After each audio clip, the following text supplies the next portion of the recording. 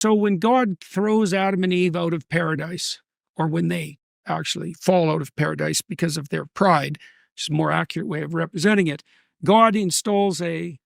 Jordan Peterson was on the Iced Coffee Hour, and he stunned them with these deep Christian truths, and you're not going to believe it. So make sure to watch to the end, because I have a Bible verse that will tie all of this together. Let's get right into it. So when God throws Adam and Eve out of paradise, or when they actually fall out of paradise because of their pride, which is a more accurate way of representing it, God installs a cherubim, which is a kind of a monstrous angel, and a sword that's on fire that turns every which way.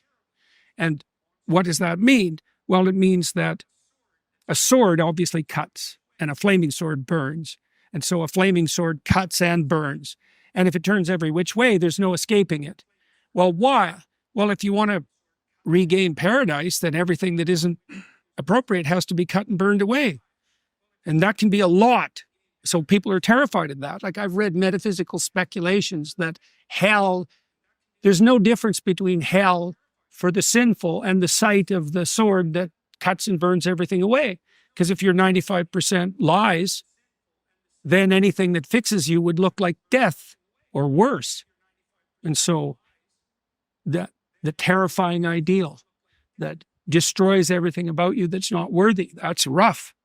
I feel like everyone experiences life in terms of colors.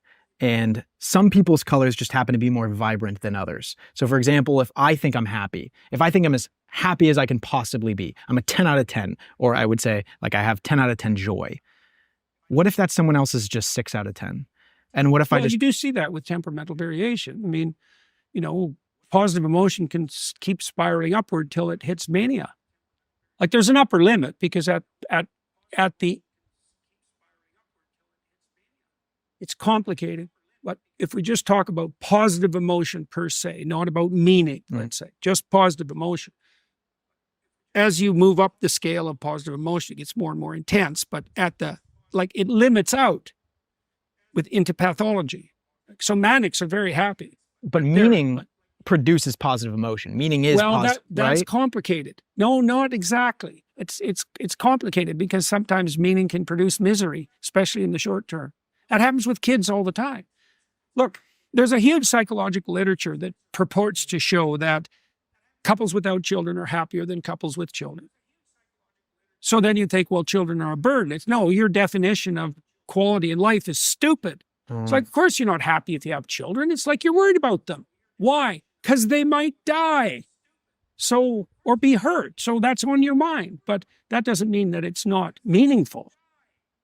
Right? And so in a very profound way, you have to snap the connection between hedonism, either on the positive or negative emotion scale, and meaning.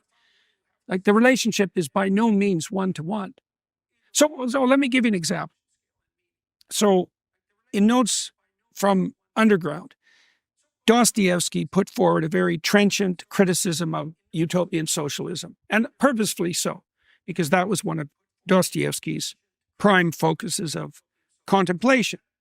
And he said that if you provided people with all of the hedonic delights that they would want, and you put them in a situation where that was provided to them continually, all they would do is smash that up so that something strange and mysterious and unpredictable would happen, because we have this requirement for what? Suffering? Maybe.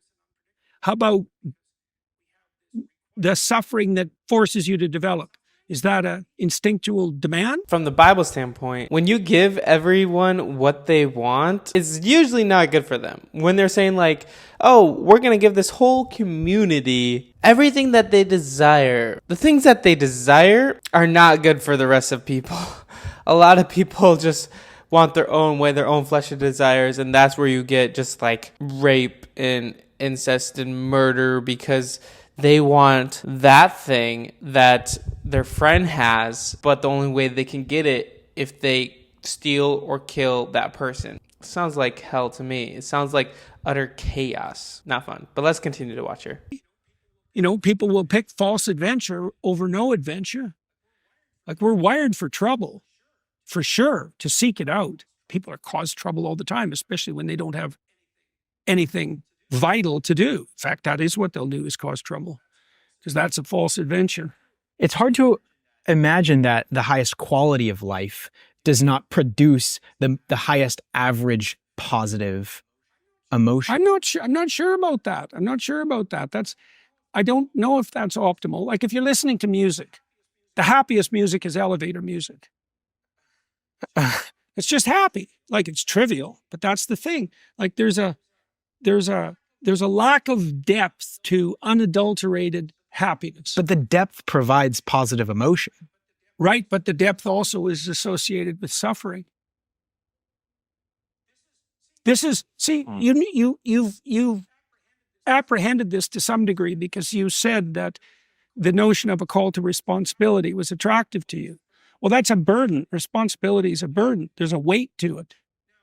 Now, you might say, what did Nietzsche say? He who has a why can bear any how. Mm-hmm. You could say, well, if the purpose is sufficiently noble, the weight is irrelevant. That's a better way of conceptualizing it, I think. And I think that's right. So you want to have a orientation towards your life and the world that makes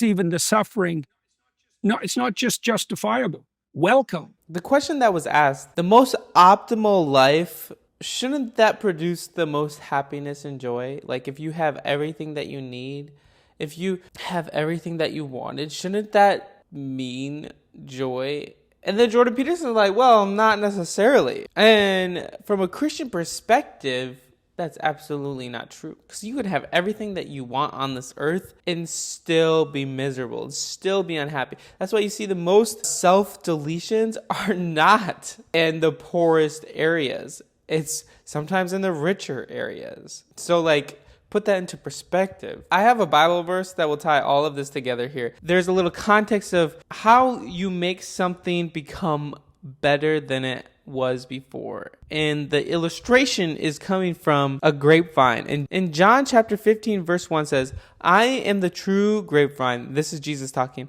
My Father is the gardener. He cuts off every branch of mine that doesn't produce fruit, and he prunes the branches that do bear fruit, so they will produce even more. You have already been pruned and purified by the message I have given you. Remain in me, and I will remain in you. For a branch cannot produce fruit if it is severed from the vine. You cannot be fruitful unless you remain in me.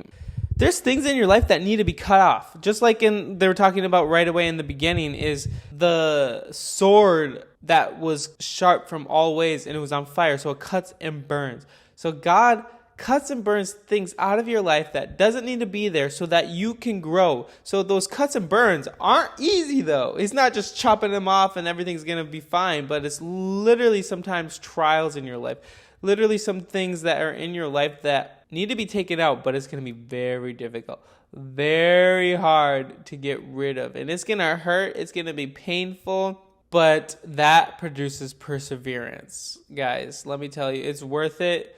But hopefully you're not the part that he's completely cutting off. I hope he's just cutting off things from your life that you need to take out of.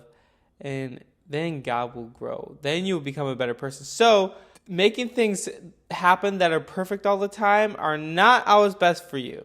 Sometimes the hard things are what's best for you, just like this verse talks about. So anyway, guys, this is amazing. I encourage you all to go to Jesus. If you haven't, I encourage you to accept Jesus as your Lord and Savior and make him your Lord and Savior over your life and decide to follow Jesus for the first time if you haven't ever done that. If you have done that, please comment down below. I would love to hear if you have done that for the first time today, or email me. That would be great.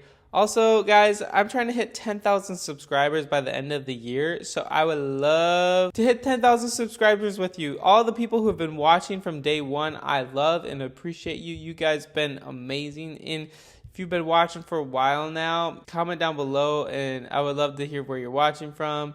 And it's just such a blessing that I get to do this full time. Such a blessing. So thank you guys so much. Anyway, guys, I hope you like this video, and also you might like this video here. Peace.